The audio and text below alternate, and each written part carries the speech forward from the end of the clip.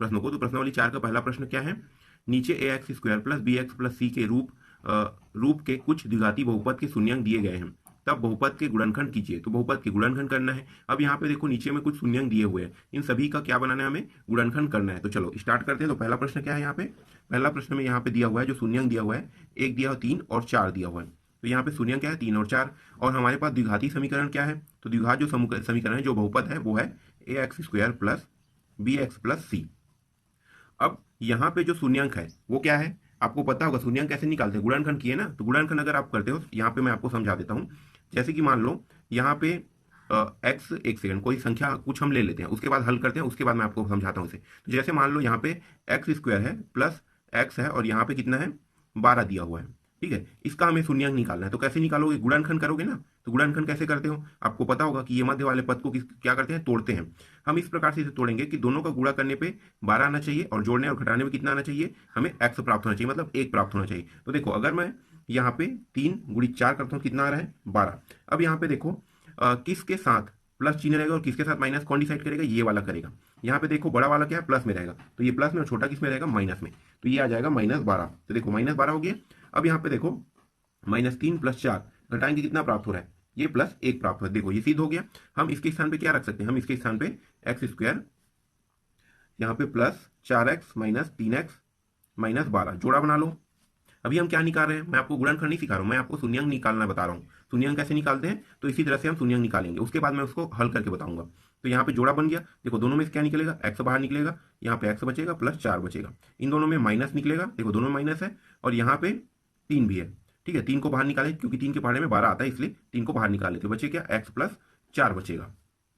यहाँ पे x + 4 हो गया, और ये हो गया x - 3 हो गया। तो यही क्या है, देखो हमने निकाल दिया ना, गुणनखंड कर दिया। तो यही क्या है, गुणनखंड है। अब इसके शून्यांक निकालेंगे, कैसे निकालोगे, तो x पहले आप लोगे, x + 4 को लेकर हल करोगे, 0। तो x बराबर कितना हो जाएगा, -4। तो इसका शून्यांक कितना आ गया, x एक शून्यांक आ गया -4, और इसका भी निकाल लेते हैं, x - 3 बराबर 0। x बराबर कितना हो गया, 3 आ गया। तो देखो x का मान कितना कितना प्राप्त हुआ, x का जो मान हो गया वो -4 और ये 3 प्राप्त हो गया। यही क्या है, यही शून्यांक कहलाता है। समझ में आया। तो इस तरह से बनाया जाता है शून्यांक वाले प्रश्नों को।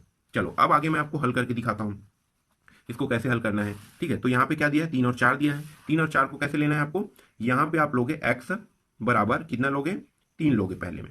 ठीक है, ये पहला प्रश्न हम हल करें, x बराबर 3 लेना है। अब यहाँ पे x इसको इस साइड ले आएंगे, क्या होगा, -3 हो जाएगा, और यहाँ पे क्या बचेगा, 0। तो यहाँ पे देखो x - 3 आ गया। इसी तरह से यहाँ पे x और दूसरा मान क्या दिया, 4 दिया है, 4 दिया है, तो x - 4 यहाँ पे 0। अब दोनों को गुणनखंड कर देते हैं, तो x - 3 और ये हो जाएगा। देखो गुणनखंड करेंगे क्या होगा, ये लेफ्ट हैंड साइड है। ठीक है, लेफ्ट हैंड साइड, और ये भी क्या है, लेफ्ट हैंड साइड है, और ये क्या है, राइट हैंड साइड, और ये राइट हैंड साइड। तो जब भी गुणा होगा तो देखो राइट हैंड साइड का राइट हैंड साइड के साथ गुणा होगा, और लेफ्ट हैंड साइड का लेफ्ट हैंड साइड के साथ गुणा होगा। तो x - 3 का गुणा किसके साथ करेंगे, x - 4 के साथ, और इसका गुणा इसके साथ करेंगे, क्या होगा, 0। तो यहाँ पे हमें गुणनखंड क्या प्राप्त हुआ, x - 3 और x - 4 यहाँ पे गुणनखंड प्राप्त हुआ है। यही क्या इसका आंसर है। समझ में आया पहला प्रश्न। चलो दूसरा देखते हैं, पहला समझ में नहीं आया होगा तो दूसरा से आप समझ जाना। दूसरा में देखो क्या दिया, मान -2 दिया है और -3 दिया है। इसे कैसे हल करोगे, तो सिंपल सा ट्रिक है। यहाँ पे x बराबर -2 लोगे, और यहाँ पे x बराबर कितना लोगे, -3। यहाँ पे इसको अंदर ले आते हैं, तो क्या होगा, माइनस से क्या हो जाएगा, ये +2 हो जाएगा, यहाँ पे बचे क्या, 0। इसी तरह से इसको भी वैसे ही करेंगे, तो ये क्या हो जाएगा, ये भी माइनस में प्लस हो जाएगा, 3 बराबर 0 हो गया। अब यहाँ पे देखो क्या क्या प्राप्त, x + 2 और x + 3 दोनों को गुणा कर दो। तो गुणा करेंगे क्या होगा, लेफ्ट हैंड साइड का लेफ्ट हैंड साइड के साथ गुणा, राइट हैंड साइड को राइट हैंड साइड के साथ गुणा कर दो। तो यहाँ पे x + 2 यहाँ पे प्राप्त हो गया, और यहाँ पे जो दूसरा मान है वो क्या है, x + 3 है, ये प्राप्त हो गया। यही क्या है इसका आंसर है। तो ये गुणनखंड है। समझ में आ गया, x + 2 x + 3 इस तरह से आपको बनाने हैं। चलो और देख लेते हैं कुछ प्रश्न, अगर आपको समझ में नहीं आया होगा तो। यहाँ पे देखते हैं तीसरा प्रश्न को। ठीक है, तीसरा प्रश्न थोड़ा सा अलग दिखाई दे रहा है, इसको कैसे बनाना है, तो 1/2 दिया है यहाँ पे, -1/ यहाँ पे 2 दिया हुआ है। ठीक है, दो मान है यहाँ पे, इसको हल कर लेते हैं। तो x बराबर 1/2 और यहाँ पे x बराबर -1/2। तो ये x ये अंदर आ जाएगा, क्या हो जाएगा, माइनस हो जाएगा 1/2, और यहाँ पे बचेगा क्या, 0। इसी तरह से यहाँ पे x दिया है, इसको अंदर ले आते हैं, तो ये प्लस हो जाएगा 1/2 और बचे क्या, 0। इन दोनों को गुणा कर दो, तो ये हो जाएगा x - 1/2, और इसको भी गुणा करेंगे तो x + 1/2 प्राप्त हो जाएगा। यही क्या है इसका आंसर है। समझ में आ गया तीसरा। चौथा और पांचवा आप बना के देखना, जैसे मैंने बनाया वैसे ही बनेगा। इस तरह से आपको हल करना है, और इसी तरह से मान को निकाला जाता है। ठीक है, चलो आगे देखते हैं। प्रश्न क्रमांक 2 में आते हैं। प्रश्न क्रमांक 2 में क्या निकालना है हमें? निम्नलिखित बहुपदों के शून्यांक का योगफल एवं गुणनखंड ज्ञात कीजिए। योगफल एवं गुणनखंड हमें निकालना है। तो देखो इसके लिए हमें दो सूत्र उपयोग करना है। योगफल का सूत्र क्या होता है यहाँ पे मैं बता देता हूं। शून्यांकों का योगफल, इसका जो सूत्र होता है वो होता है -b/a होता है, और दूसरा जो होता है शून्यांकों का गुणनफल, खंड करना है ना, गुणनखंड। तो शून्यांकों का गुणनखंड का जो सूत्र होता है वो होता है c/a। हम इन दोनों सूत्र का उपयोग करेंगे। ये दोनों सूत्र आपको याद रखना है। जब शून्यांकों का योगफल निकालने के लिए कहा जाएगा तो आपको इस सूत्र लगाना है, शून्यांकों का गुणनखंड कहेगा तो आपको इस सूत्र को लगाना है। चलो अब हम आगे हल करते हैं। पहला प्रश्न देखते हैं। पहला प्रश्न में क्या है? x² + 10x + 24 यहाँ पे दिया हुआ है। अब इसकी जो तुलना है हमें किससे करना है? ये बहुपद है, इसकी तुलना हम ax² + bx + c से हम करेंगे। अब हम तुलना करते हैं। देखो तुलना का मतलब समझते हो? तुलना करने का मतलब होता है जो सेम सेम राशि होता है और सेम सेम घात होता है वो कट जाता है। तो देखो यहाँ पे x² घात है, यहाँ पे x² घात है, दोनों सेम सेम है। तो सेम सेम होने के कारण क्या क्या कट गया? यहाँ पे x कट गया, ये भी x कट गया। ठीक है, चलो मैं आपको समझाता हूँ। ये x और ये x कट गया, तो यहाँ पे क्या बचा? यहाँ पे a और यहाँ पे कुछ नहीं, मतलब एक के साथ तो इसका गुणा होगा, तो a का मान कितना आ गया? 1 आ गया। समझ में आ रहा है? यहाँ पे देखो x और x, ये भी कट गया, बचा क्या? b और 10। तो यहाँ पे लिखो b बराबर कितना आ गया? 10 प्राप्त हो गया। इसी तरह से देखो यहाँ पे कुछ कट रहा है, नहीं कट रहा है, तो क्या करेंगे? c बराबर 24। तो ये ट्रिक है इसका निकालने का। a का मान 1 आया, b का मान 10 और c का मान 24। इसको अब हम कहाँ पे रखेंगे? यहाँ पे सूत्र पे। देखो सूत्र के लिए निकल गया ना abc का मान। जब तक कि हमारे पास abc का मान नहीं आएगा तब तक हम आगे हल नहीं कर सकते। तो हमारे पास abc का मान आ गया। अब हम सबसे पहले निकालते हैं शून्यांकों का योगफल। शून्यांकों का योगफल का सूत्र क्या है?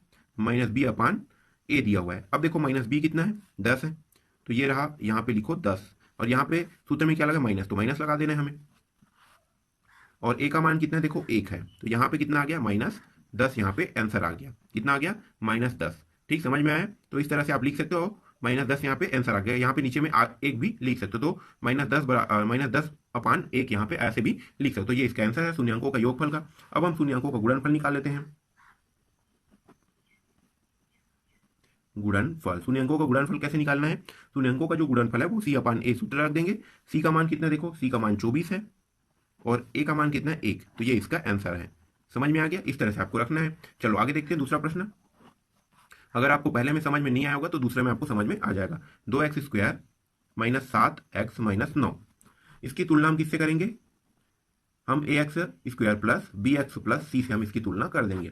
तुलना करने का मतलब क्या होता है? समान समान घात वाला कट जाता है। देखो ये और ये दोनों कट गया, बचेगा क्या?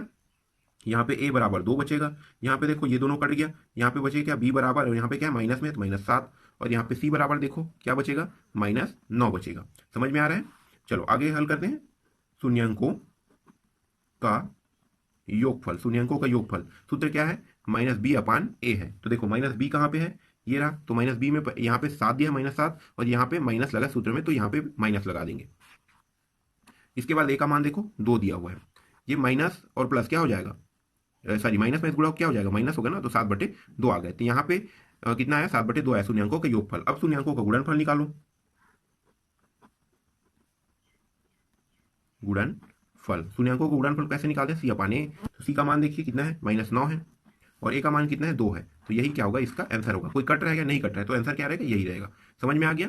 तीसरा, चौथा और पांचवा सेम आप इसी तरह से बनाना जैसे मैंने यहाँ पे बनाया है। आपसे बन जाएगा आशा करता हूँ, क्योंकि बहुत ही इजी प्रश्न है और यहाँ से प्रश्न आपको अक्सर देखने को मिलेगा आपके एग्जाम में। इसलिए जो प्रश्न मैंने छोड़ा है उन प्रश्नों को आपको बना के देखना है। ठीक, तो इस तरह से ये पूरा प्रश्नावली कंप्लीट हो गया और साथ ही साथ अध्याय भी कंप्लीट हो गया।